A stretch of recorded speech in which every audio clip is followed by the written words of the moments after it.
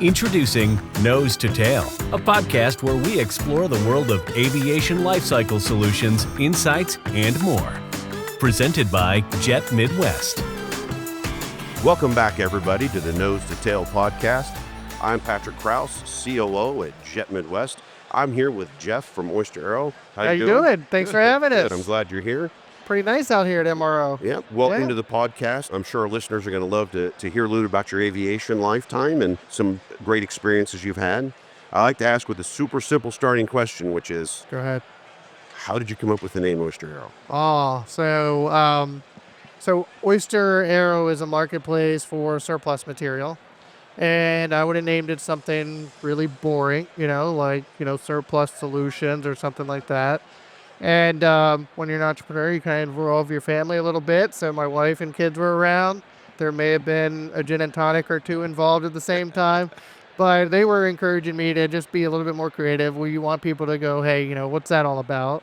And so I'm from Maryland. I grew up on the Chesapeake Bay. So I kind of wanted to put something kind of back towards, my roots. And then the way it equates to aviation is we say that, there's pearls in every inventory. You just have to dig a little to find them. So at Oyster, we're not a listing marketplace. We get inventory in, we understand it, we roll our sleeves up, we put the work in, and then we try to get parts moving. That's great. Yeah. It's always good to have a great story like that behind it, because it certainly opens every dialogue you can have. So we're like, yeah, well, let me tell you, I get to be the chief of pearls. So, when you do these things, you can have a little fun with it. And we try to have some fun, but we also take our job pretty seriously as well. So why don't you tell the folks a little bit how you actually got your career started in aviation? Sure. And maybe what the first half of that career has looked like. I mean, when I was growing up, I was the weird kid looking up at the sky like we all were, right? Sitting by the window. I went down to Embry-Riddle. I got all my flight ratings in mid to late 90s. And then at the time, the industry was going through a hard time on flying. And so I stayed and got my MBA, flight instructed, built up all the hours. I've had, ATP requirements. I never took it, but then just started off in the supply chain. My first job was Aviall in 2002. And so, I started in finance and then ended up running the GE engine line. Boeing acquisition happened. They asked me to go launch an MRO, a Boeing MRO at the time. And I said, I don't know anything about that. And they said, no, you're pretty smart. You'll figure it out. So, went to Long Beach, went to Seattle, learned all the operations, ended up hiring. I was the accountable manager for the Boeing Dallas Service Center. And so had the chief inspector. We wrote the manual. We got it approved with the FAA. We hired all the customer support, all the business development, repair management, all that good stuff, right? And that was really rewarding. And then, I kind of had distribution down, got MRO world a little bit. I'd never done parts trading, so I moved to Memphis to work for GECAS. And I thought I knew a thing or two. I was going to go in there and I was going to teach them, right? I was there about 2 minutes and go, I'm in over my head. But, just roll up your sleeves, work harder than anybody else, learn it. And I think I learned a lot about, real parts trading there. After that, I was with ILS for 9 years, and then since mid to late 2020, I've been kind of doing consulting, and, we launched Oyster at MRO in Chicago last year, and so this time around, we brought a couple people with us because we've been growing, and this is kind of our 1-year anniversary. So, oh, congratulations on that. Thank for you. Sure. Thanks. Maybe describe for us how the listing of aircraft parts maybe a decade ago is different than it is today. So really maybe take us back in the Wayback Machine 10 years ago and what was available to the aftermarket. Sure. So, I think when you started Jet Midwest, there was probably just, one listing service that started in 1979, and everybody knew you just put your inventory up there and people send you RFQs and all that. If you look at any system, ERPs, marketplaces, things with AI that are going on, the space, there's a lot of entrepreneurship and ingenuity going on in the space right now. And the nice thing is we don't really hold ourselves out as wanting to compete with an Aero Exchange or, any of those other big marketplaces. We really, serve as a channel partner. And so when we bring on inventory, we put it through all the data. We kind of figure out what it goes on. we generally, when a supplier sends us stuff, we come back to them and say, hey, you knew this was 757, you didn't know this was some 777 applicability. So we'll work with people on finding the fleet types and the ATA chapters and all that kind of stuff. And then we just get to work. It is listed on the platform, but there's some major differences. One, we do offers instead of RFQs. So if you're a listing supplier, you're going to get an offer to even open a line of communication. We don't send hundreds of RFQs a day. And then what we're doing that's a little different than the market as well is we are really obsessed with packages. So we've got 7, 8, 9 packages that are live right now. And it's some good material. I mean, we have A320 Neo CO Regen, which is a division of Genesis Aircraft Leasing. They're listing some of this A320 material. We've had a couple of airlines out there. Air Transat sold some material on there. We've had some OEMs. We've probably done 15, 16 million in offers in our 12 months since we started. It's a lot of fun because we measure ourselves on the parts moving, not necessarily the activity going on. Right. I think you use the first and only deal. Yeah. Maybe articulate that better than I did. Yeah, we call it a deal platform. And again, a lot of the work is done on and off platform. So this is kind of a culture thing. We just started bringing on some people, and I myself, we don't really beat the market and say, why don't you buy our service? Why don't you buy this? Why don't you buy this? We do that, of course, as far as, getting packages listed and all that. But we spend 98% of our day trying to put buyer and seller together on platform and off. So when I call somebody, like for instance, we found out you guys are, wide body cargo, we want to understand that. And so when I see some 777 material or I see, that cargo equipment, I'm going to call you guys and say, hey, a new package just hit. Are you interested in take a look at it? So a lot of our day is really doing the online thing, but we're really a good channel partner as far as trying to get buyer and seller connected. And at the end of the day, it doesn't matter how it moves, as long as it moves. Yeah. So. What's really differentiating? Obviously, you're doing something in the background organizationally different. Sure. What really is differentiating how you're doing that analysis and putting those packages together? Yeah, there's a couple different ways. Well, first off is understanding inventory. And I used to ask suppliers to tell me when things went on, and you found some confidence levels that were, all over the map. But so we really like, authoritative sources. So bills of material, for aircraft teardown, LOPAs, we like repair capabilities, and that'll give you, a lot of information around the part. So we offer all this data kind of for free. I mean, it's just kind of included to the market and understanding parts. And then the packages for sure.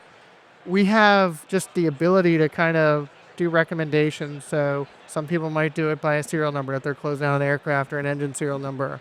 We might put like commodities together, like, hey, let's go ahead and get rid of all your A320 seats. We might mix some material up. So maybe you have some really dogs and then you put a couple of really good fast movers in there to try to attract a package and get things moving. So it takes a little bit of work between buyer, seller, and us, or seller and us. And, we kind of put it together.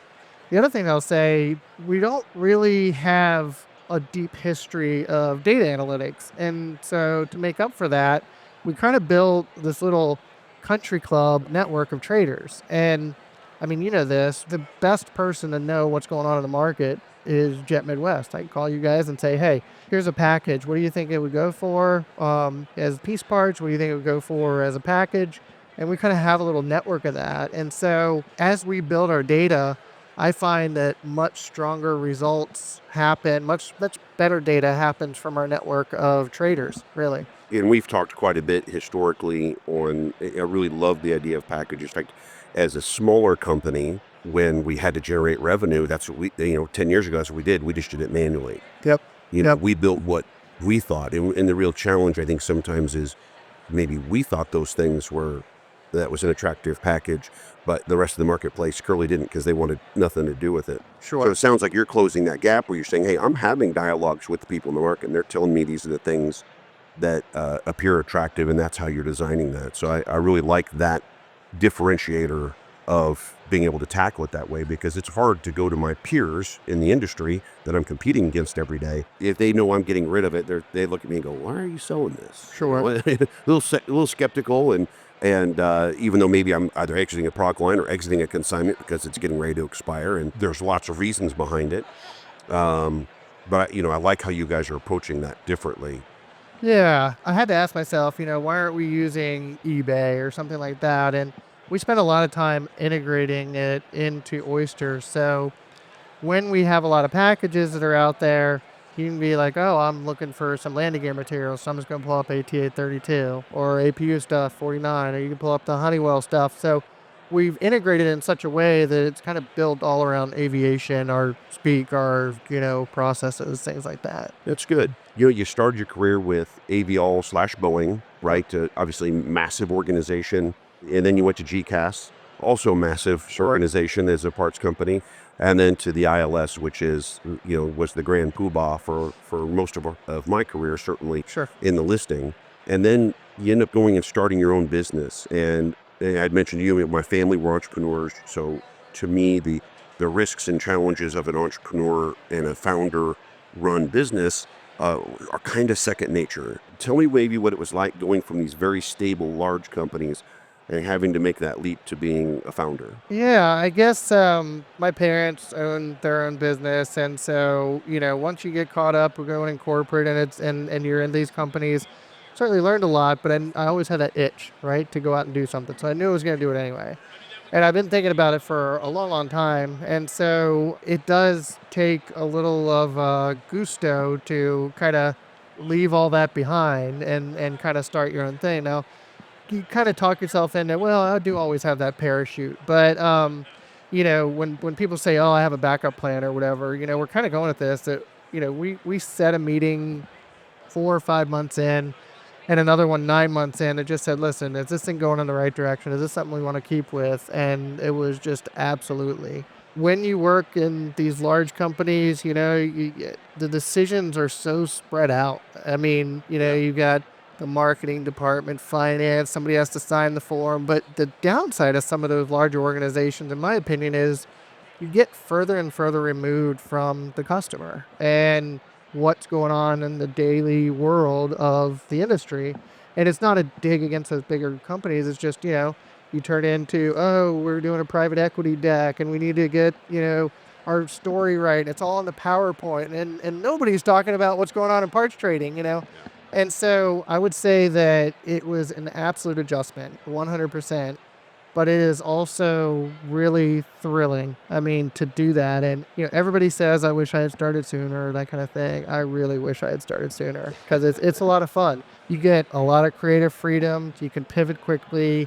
We're a speedboat right now. We're moving around and they're cruise ships. And, that's great. But we can really make things happen fast. That it is one of the beautiful things about being an owner. I used to joke that my parts business early on, when we were much smaller, the big parts companies like GECAS, they were a bulldozer and a diamond mine. Yeah. And I always felt like, I was the little guy going and sweeping up all the stuff that came off the side of the bucket, and I felt really good about it. I did bought a lot of inventory that originated at GECAS over the years, and we did fine. And now that we've grown into this much, much bigger machine, processing airplanes and things, I look at myself and I go, I think I'm driving the bulldozer. I think I've completely switched, and it's hard to say I want to go backwards and tackle some of those smaller things because the return on investment sometimes has to be understood. Like, am I going to distract my team? Sure. Even though maybe this might be good in the moment, is it really going to distract my team from this really big picture thing that we're trying to get really great at? And you have to be great at driving a bulldozer. So keeping that online and in the right vein, I think, is probably where my mission is today. Yeah. And I guess, technology isn't all that expensive, to be honest with you. I mean, if you're buying airplanes, you have to have access to all kinds of capital. And it's just really isn't that much. It's just being close to the customer. The other ethos that we have is, and I would say as our board of directors, is the aftermarket. I would joke around and say, if you want to fly a monkey in the middle of the screen to make the transaction easier, we're going to put it. Like, we have to. It isn't, it's a great idea, but we absolutely have to build a platform to support the processes. And the nice thing is you get one or two people that give you an idea or suggestion. I mean, it checks off with most other people that are having the same issue kind of thing. We'll continue this discussion on the next episode of Nose to Tail, a podcast presented by Jet Midwest. Don't forget to please like and subscribe to our channel.